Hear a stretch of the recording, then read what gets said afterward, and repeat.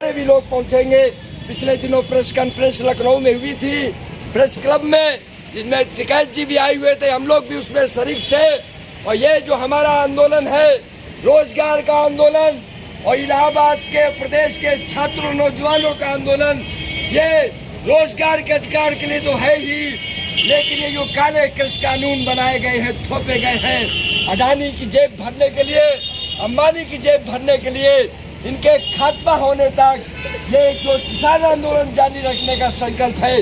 हम सब लोग इलाहाबाद के जो छात्र हैं, ये भी किसान के बेटे हैं, किसान हैं, और ये मिल करके लड़ाई जारी रहेगी। और योगी सरकार की विदाई भी उत्तर प्रदेश में तय है। ये जानिए, महंगाई चरम पर है। किसानों का सामान आप देखिए, 80 रुपए टमाटर मिल रहा है, लेकिन हम देखते हैं गाजीपुर में चले जाइए, किसान बेच है टमाटर का, सोनभद्र में चले जाइए, 2 रुपए किलो को लगने वाला सीजन में टमाटर नहीं होता है। 15 रुपए किलो गेहूँ नहीं खरीदा जाता, लेकिन 50 रुपए किलो आटा, आशीर्वाद आटा हमें मिलता है। यही सारी चीजों का है। इसी के लिए बात हो रही है कि न्यूनतम समर्थन मूल्य का कानून बनाइए, ये कानून बनाइए, खरीद की गारंटी करिए। और जो काले कानून है, जो पूरी खेती किसानी को, पूरी व्यापार को, ये अडानी को, विदेशी पूंजीपतियों को सौंपना चाहते हैं, इसको बंद किया जाए। इसके लिए छात्रों का पूरा समर्थन है। और सच्चाई ये है, खासतौर पर इलाहाबाद में, उत्तर प्रदेश में जो छात्र यहाँ पढ़ते हैं, वो सब किसान के परिवारों के हैं, किसान के बेटे हैं। आप भी अगर यहाँ कोई किसान जो आपके नेता है, आए 2 मिनट बात रखते, हमारा भी समर्थन करें, अपनी भी बात रखें, तो अच्छा है। और हम चाहेंगे हमारे बीच में हम नहीं कोई अगर हो तो बुला लीजिए, 2 मिनट हम शांति की जाए। इसकी लड़ाई है, हम चाहेंगे अपनी बात रखते हुए इस आंदोलन के भी समर्थन करें। और 22 तारीख को जो ऐतिहासिक महापंचायत होने जा रही है, उसके बारे में प्रकाश डालें। रामकृष्ण जी है, किसान नेता है, किसान यूनियन के नेता है, पूर्व विभाग के अध्यक्ष है, अपनी बात रखते हैं। साथियों, जय जवान, जय किसान, जय किसान, जय किसान। साथियों, हम लोग हिंदुस्तान के दूसरे प्रधानमंत्री लाल बहादुर शास्त्री ने नारा दिया था, जय जवान जय किसान का। उस नारे को साकार करते हुए हमारे स्वर्गीय महेंद्र सिंह टिकैत जी ने जय जवान जय किसान को जीवित रखा। आज उसी को लेकर के राकेश टिकैत जी चल रहे हैं। अगर बाजार पर है तो किसान का बेटा है, और खेत में है तो किसान का बेटा है, और दूसरा कोई नहीं है। न तो प्रधानमंत्री का, न तो गृह मंत्री का, न राज्य मंत्री का, न किसी अडानी और अंबानी का बेटा है। बाजार पे मरता है तो मेरा बेटा मरता है, और खेत में मरता है तो हमारा बेटा मरता है। साथियों, आज जो बीजेपी की सरकार है, 1200-1250 रुपए DAP का 1500 में बिक रहा है, और मिनी गोदाम भर दिया जा रहा है। अपने अध्यक्ष से लेकर के बगल हो जा रहे हैं, और सेठ लोगों ने सारे DAP के खाद को अपने गोदामों में भर के 1500 रुपए में बेच रहे हैं। हमारे भाई साहब ने भी बताया कि 2 रुपए 10 रुपए किलो का टमाटर 80 रुपए में बिक रहा है। आलू का रेट देख लीजिए, प्याज का रेट देख लीजिए। अगर चुनाव ना होता तो यही फेर जो सरकार 40 रुपए किलो फिक्स रखी है हिमाचल में, 180 रुपए और 200 रुपए किलो में बिकता। साथियों, बिजली का बिल 1000 से 2000 हो गया है। 1840 रुपए धान का MSP रेट है, लेकिन 1200-1100 में बिक रहा है। ये हमारे मोदी के आने पे हुआ है। साथियों, हम तो बहुत कुछ कहते हैं, कहते कहते भूल जाते हैं। इसलिए हमने नोट करके रखा है, 450 का सिलेंडर आज 1000 रुपए में बिक रहा है। और जब बीजेपी की सरकार आई तो 250 रुपए एकाएक बढ़ा दिया, और कहा कि हम आपको जो है 2 महीने के बाद आपके खाते में आएगी। 1000 का बिल, आज बिजली का बिल 2000 में हो गया है। साथियों, इनके जमाने में आपसे बता रहा हूँ कि बच्चों की स्कॉलरशिप बंद हो गई, BPL कार्ड बंद हो गया, खाद और यूरिया DAP का दाम बढ़ गया, हमारे यहाँ हिंदुस्तान का लाल किला बिक गया, रेलवे प्राइवेट हो गई, बंदरगाह प्राइवेट हो गया, सारी चीजों को प्राइवेट कर गया कि केवल बीजेपी की सरकार का एक मुद्दा है कि बाबा साहेब अम्बेडकर के संविधान को खत्म करना है। जब सारी चीजें प्राइवेट हो जाएगी तो हमारे यहाँ आरक्षण नहीं रह जाएगा। इलाहाबाद का अगर स्टेशन प्राइवेट हो गया तो नौकरी किसको मिलेगी? हम बच्चों को इंग्लिश मीडियम पढ़ाते हैं, ITI BTech BSc कराते हैं, कराने के बाद हमारा बेटा अगर खेल का काम होगा तो मतलब क्या है पढ़ाने का? साथियों, ढेर सारी बातें हैं। तेल का रेट देख लीजिए आप, क्या हाल 200 रुपये में पहुंच गया है। यूरिया का दाम देख लीजिए। 8 साल भर से किसान हमारा सिंधु बाजार पे पड़ा है। मोदी जी ने बंगाल में 28 रैली की, अमित शाह जी गृह मंत्री गए, JP नड्डा अध्यक्ष जी गए, गडकरी जी परिवहन मंत्री गए, केशव प्रसाद मौर्य जी गए और योगी जी गए, लेकिन साल भर में 10 मिनट के लिए या 12 मिनट के लिए बीजेपी की सरकार के प्रधानमंत्री को किसानों के लिए मिलने के लिए सिंधु बाजार में एक दिन का समय 10 मिनट के लिए नहीं निकलता है। हिंदुस्तान का किसान 19 में हम लोगों ने हरिद्वार पे किसान घाट गाजियाबाद दिल्ली में 2 अक्टूबर को किसान घाट पे हम लोगों की रैली थी, लेकिन बाजार पर गोली चलवाया, आंसू गैस चलवाया, आंसू गैस रबड़ की गोलियां चलवाई, पानी की बौछारें, ये किसान मारा भी गया। हिंदुस्तान का किसान हिंदुस्तान के प्रधानमंत्री पे अपनी बात को न कह सके और हिंदुस्तान का प्रधानमंत्री दूसरे देशों का भ्रमण करे। ये बीजेपी के कंपनी वालों ने कहा था कि हमारे यहाँ का हर सांसद एक गाँव को नाम मिलेगा और जो है स्मार्ट सिटी बनाएंगे, 100 दिन में काला धन लाएंगे, 15 लाख रुपए सबके खाते में जाएगा, 14 किसानों की आय दुगनी होगी, 14 गन्नों का किसान 14 दिन में भुगतान होगा। ढेर सारी बातों को आधा दिखाया, लेकिन साथियों ये सरकार नहीं है, ये सरकार एक छापाराम की सरकार है। साथियों, हम एक थोड़ा सा आपको उदाहरण देते हैं। जो किसान एक दिन घर से कार से फुर्सत होकर के चौराहे पे गए और ये मोदी जी की, हमारे प्रधानमंत्री जी की एक बिजली के खंभे में फोटो लगी थी। उसने कहा ये किसकी फोटो है? कभी उसने टीवी में देखा था तो दूसरे ने पूछा कि यार मेरे समझ में तो नहीं आता है। एक जाने वाले राहगीरों से पूछा कि किसकी फोटो है? उन्होंने कहा प्रधानमंत्री मोदी जी की है। उसने कहा नहीं यार, मोदी जी की तो फोटो में दाढ़ी नहीं थी, ये तो दाढ़ी रखा लिया। तो उसने ने कहता है कि आसाराम की फोटो है, लेकिन उसने कहा नहीं यार, आसाराम के भाई नहीं है, छापाराम की फोटो है।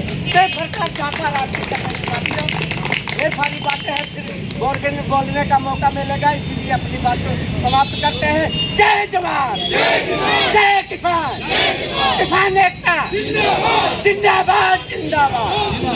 साथियों, देखिए हमारे बीच में जो संयुक्त किसान मोर्चा उसके केंद्रीय पदाधिकारी, जो कोर कमेटी है उसके पदाधिकारी आशीष मित्तल जी, इस शहर के बहुत सामाजिक राजनीतिक कार्यकर्ता, प्रतिष्ठित कार्यकर्ता इस प्रदेश के हैं, और केंद्रीय कमेटी के जो केंद्रीय कोर कमेटी है संयुक्त किसान मोर्चा का जो निर्णय लेती है वो है हमारे बीच में आशीष मित्तल साहब, डॉक्टर आशीष मित्तल साहब। हम चाहेंगे 2 मिनट इसे संबोधित करें। वो आप हमारे युवा मंच में जो आंदोलन चला रहे हैं, हमने पहले बताया, यहाँ गिरफ्तारी की थी हमारे साथ राजेश सिंह मेरा नाम है, लोग यूनिवर्सिटी में भी छात्र राजनीति कर रहे हैं, अनिल सिंह भी अध्यक्ष हैं, इनके साथ हम लोग जेल गए थे। उस समय भी हमारे कानूनों के खिलाफ हमने आवाज़ बुलंद की थी और लगातार आवाज़ बुलंद कर रहे हैं प्रदेश के छात्र नौजवानों की तरफ से। हम चाहेंगे आशीष मित्तल से। धन्यवाद राजेश जी। कई महीनों से ये अभियान आपका चल रहा है और सबसे पहले मैं आपको बधाई देना चाहता हूँ कि इलाहाबाद शहर के नागरिकों को आप लगातार सचेत कर रहे हैं कि इस समस्या पर लड़ा जाना चाहिए। एक दूसरा सवाल जो देश में खड़ा हुआ है वो किसान आंदोलन का है, और किसान आंदोलन आपकी समस्या से बहुत गहराई से जुड़ा हुआ है, क्योंकि ये कंपनी राज जो आने वाला है, तो कंपनियों का राज लाना चाह रही है किसानी के अंदर मोदी सरकार। इस कंपनी राज में किसान उजड़ जाएगा, बेरोजगारों की तादाद बढ़ जाएगी। समस्या हल करने की बात छोड़ दीजिए, संख्या बहुत बड़े पैमाने पर बढ़ जाएगी। और बेरोजगारी के सवाल पर अगर आप वास्तव में समस्या को हल करना चाहते हैं तो रोजगार कहाँ पैदा हो सकता है इसके बारे में सोचना चाहिए। जो शहर की व्यवस्था है उसमें यातायात है, उसमें स्कूल है, उसमें अस्पताल है, उसके विकास की कुछ सीमाएं हैं। और अगर शहर उसी तरह के बने रहे और गांव पिछड़ी व्यवस्था में बने रहे तो निश्चित तौर में देश की बेरोजगारी की समस्या हल नहीं हो सकती। अब बेरोजगारों की क्या हालत होती है ये हमने कोरोना के दौर में देखा। जो मॉडल है विकास का, जो प्रारूप है विकास का नई आर्थिक नीति के तहत कि कंपनियां आएंगी और बेरोजगारी को दूर करेंगी। हमें याद है मनमोहन सिंह भी कहते थे कि बेरोजगारी दूर होगी। आजकल मोदी जी रोज कह रहे हैं कि बेरोजगारी दूर होगी, ये कंपनियां आ रही हैं। अभी एक्सप्रेसवे बनाया है किसानों की जमीन पर, उस पर जो है लड़ाकू विमान उतारे जा रहे हैं, लेकिन किसानों की खेतों को सिंचाई और खाद और पेट्रोल डीजल पर समस्या को हल नहीं किया जा रहा है। और कहा जा रहा है कि इससे बेरोजगारी दूर होगी। किसानों की जमीन अगर किसानों के काम नहीं आ सकेगी तो बेरोजगारी कैसे दूर होगी, ये बात समझ नहीं आती। ये सवाल हम किसान लोग आज उठा रहे हैं। जो सबसे बड़ी बात है कि देश का किसान जग कर अपनी आवाज उठा रहा है और बोल रहा है कि हमारी समस्या देश की सरकार को हल करनी होगी। ये नई बात, ऐसा हमने इतिहास में 1857 में देखा था और ऐसा आज देख रहे हैं। इतना लंबा इतिहास बीता है, किसान जग रहा है, किसान अपनी बात बोल रहा है, किसान अपने बच्चों के भविष्य की मांग उठा रहा है सरकार से। ये नई बात है। और जो आवाज वो उठा रहा है वो शहर के बेरोजगारों से भी जुड़ी हुई है। आप सोचिए, इन्होंने बताया शहरों में विकास होगा, शहरों में निर्माण होगा। सबसे ज्यादा मजदूर आज जो है वो निर्माण मजदूरी में लगा हुआ है और बेंगलोर से लेके बम्बई से लेके दिल्ली से लेके सारे शहरों के अंदर गांव से पलायन करके शहर में मजदूर जाता है और रोजगार प्राप्त करने की कोशिश करता है। कोरोना के दौर में देखिए सरकार ने क्या किया, 2 करोड़ मजदूर पैदल वापस आया और इस सरकार को रोना नहीं आया, सुप्रीम कोर्ट को भी रोना नहीं आया, कोई दुख व्यक्त नहीं किया। जब मजदूर अपनी ताकत से पैदल चल ही दिया तब जाके उनको समझ में आया कि इसको रोका नहीं जा सकता। उन पर भी इन्होंने लाठियां बरसाई, उन पर भी इन्होंने कीटनाशक दवा छिड़की, उनके ऊपर भी आंसू गैस फेंके, हमारी महिलाओं ने बच्चे दे दिए सड़क पर, लेकिन इनको शर्म नहीं आई। ये अपने आप को राम भक्त बोलते हैं, ये आपको अपने धर्म के जो है सबसे बड़े पैगंबर ये बोलते हैं अपने आप को। आप समझिए क्या हाल किया इन्होंने।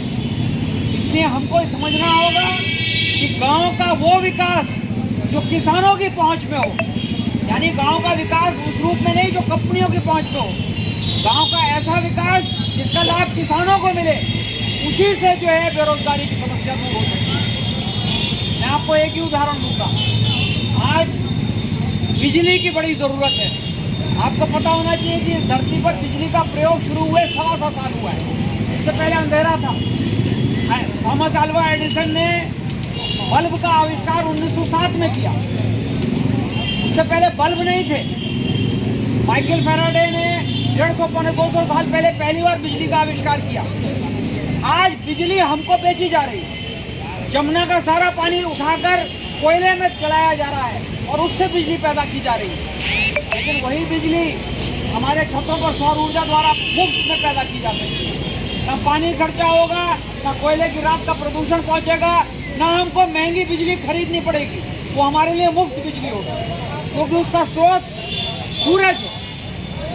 वो योजना लागू नहीं कर रहे हैं। वो ये योजना लागू कर रहे हैं कि महंगी बिजली पैदा करें, हमारे जंगल खोद दें, पहाड़ खोद दें, कोयला निकाल लें, हमारी नदियां सुखा दें, बिजली पैदा करें और उस महंगी बिजली को खरीदने के लिए हमको मजबूर करें। और बिजली के जो नए दरोगा बनाए जा रहे हैं, वो पुलिस बनाई जा रही है, तो बिजली के बिल भेजे जा रहे हैं, वो आएँ और पूरी बस्ती की बिजली काट दें और हमको दोषी ठहरा दें कि हमने उनको जो है बिजली का बिल पेमेंट नहीं किया। ये जो हालात हैं, एक नई आवाज़, एक नए जागरूकता, एक नए संघर्ष की मांग कर रहे हैं और आप लोग इस संघर्ष में साथ हैं, ये जानकर हमें बहुत खुशी है। हम लोग सब एक देश भर की एकता बनाने की कोशिश में हैं और हम मांग करते हैं कि हम आपसे आह्वान करते हैं कि एक दूसरे की समस्या को समझिए, एक दूसरे से जुड़िए। हम अपने युवा साथियों से उम्मीद करेंगे कि ये गांव में आएँ, गांव का अध्ययन करें, ये अपने ज्ञान से हमको बताएं कि यहाँ पे रोजगार कैसे पैदा हो सकता है, और हम सारे किसान मिलकर सरकार से मोर्चा बांधें और कहें कि तुम्हें गांव के अंदर रोजगार का विकास करना होगा, गांव की खेती को उन्नत करना होगा, किसान की बचत को बढ़ाना होगा, किसान की जेब में पैसा होगा तो गांव के अंदर वो स्कूल की मांग करेगा, गांव के अंदर वो अस्पताल की मांग करेगा, गांव के अंदर वो सुविधाओं की मांग करेगा। तो किसान की आमदनी बढ़ाना बेरोजगारी को दूर करने का सबसे बड़ा आधार है। इस बात को लेकर हम अपने संघर्ष को विकास करें, यही हमारा आधार हो सकता है। और हमारी कोशिश है कि इस लड़ाई को देश भर में इसी दिशा में ले जाया जाए। तो मैं आपसे यही कहूँगा, बीच में मैं आपके रहता ही हूँ, कि हम गांव के अंदर, छोटे छोटे इलाकों के अंदर इसकी योजना बनाएं, सम्मेलन करें, गोष्ठियाँ करें और संघर्ष को ऐसा बढ़ा दें कि देश की हुकूमत उसको नकार ना पाए, उसको मुंह ना मोड़ पाए और मजबूर हो जाए कि वो किसानों की समस्या को हल करे। इनकलाब जिंदाबाद, जय जवान जय किसान। धन्यवाद। जनता ऐसी किसी पत्ते के मोहताज नहीं है। हमने पहले बताया, देश में जो किसान आंदोलन चल रहा है, संयुक्त किसान मोर्चा के केंद्रीय टीम के बोर्ड टीम के सदस्य हैं और हमारे लाइव भी चला रहे हैं, वीडियो भी बना रहे हैं। शादी के बाद पूरे छात्रों में पहुँचेगी और जो इस पूरे 80 दिन हो गए करीब हमारे इस आंदोलन का, रोज 30-50 लोग, परसों बहुत बड़ा प्रदर्शन लालगंज चौराहे पर हुआ।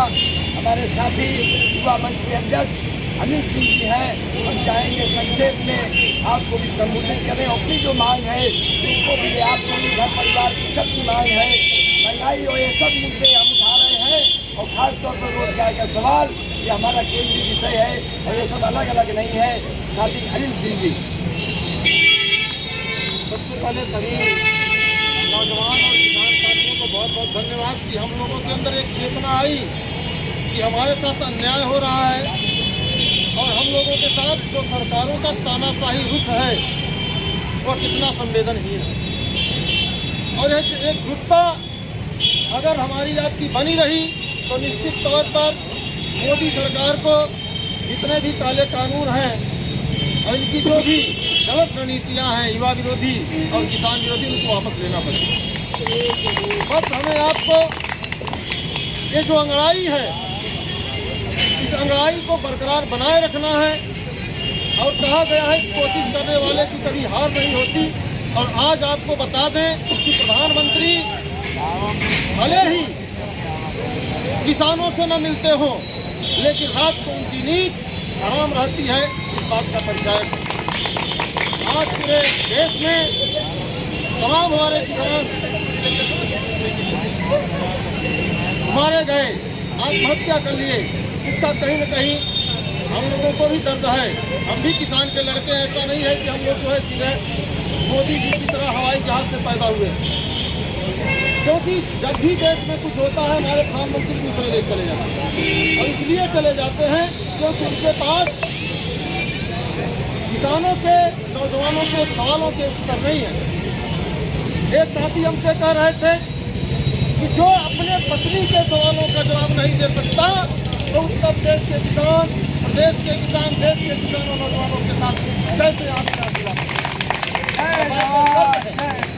कि जो एक शिक्षित पढ़ी लिखी महिला को ऐसी अवस्था में छोड़ दिया कि जैसे कि उनका कोई संबंध ही ना हो, तो निश्चित तौर पर आम जनता को उनके लिए बागी ही हो सकती है, बाकी तो कुछ नहीं। लेकिन हम लोगों को मिलकर के कंधा से कंधा मिला करके लड़ना है, क्योंकि देश के मतदाता हैं हम और हमारे मत के ही दम पर जो है चाहे प्रधानमंत्री हो चाहे मुख्यमंत्री हो बनते। तो दौर आ गया है, 2022 है और उत्तर प्रदेश ही नहीं पूरे देश का किसान नौजवान मिल करके अपने हक और अधिकार के लिए इस बार वोटिंग करेगा और ऐसे लोगों का चयन करेगा जो किसान ही तैसी हो, युवा ही तैसी हो और किसानों और युवाओं के हक की बात करता है। बाकी हम लोग लगातार 80 दिन से आंदोलन चल रहा है और आंदोलन इसलिए चल रहा है कि हमें संवैधानिक दर्जा प्राप्त है। ये अलग बात है कि प्रशासन, पुलिस लाठी लेकर खड़ी रहती है, कहीं न कहीं ये भी संवैधानिक दर्जे से दबे हुए हैं। वरना अगर योगी जी और मोदी जी की चले तो सरेआम जो है गोली चलवाएं, सरेआम जो है लाठी बनवाएं। लेकिन भीमराव अम्बेडकर जी ने जो एक संविधान हम लोगों को दिया, जिसके बदौलत आज हम लोग बोल पा रहे हैं। लेकिन जिस स्वतंत्रता से हमें बोलना चाहिए, जिस स्वायत्तता से हमें बोलना चाहिए, आज हम नहीं बोल पा रहे हैं। आप देखे होंगे सिंघू बॉर्डर पर कि लगातार किसानों के साथ वो जाती होती। यह हमारे ही आपके बीच के कुछ किसान जिनके अंदर समझ नहीं है, उन्हें लगता है कि उनके साथ अच्छा हो रहा है, हम यहाँ से यूरिया DAP आप देख ही रहे हैं, कालाबाजारी लगातार चल ही रही है। इन सभी को मिलकर के हम लोगों को लड़ना है। युवा मंच टीम पूरे किसान के साथ है और हर पल हर क्षण उनके कंधे से कंधा मिलाकर संघर्ष करेगी। जय हिंद, जय भारत।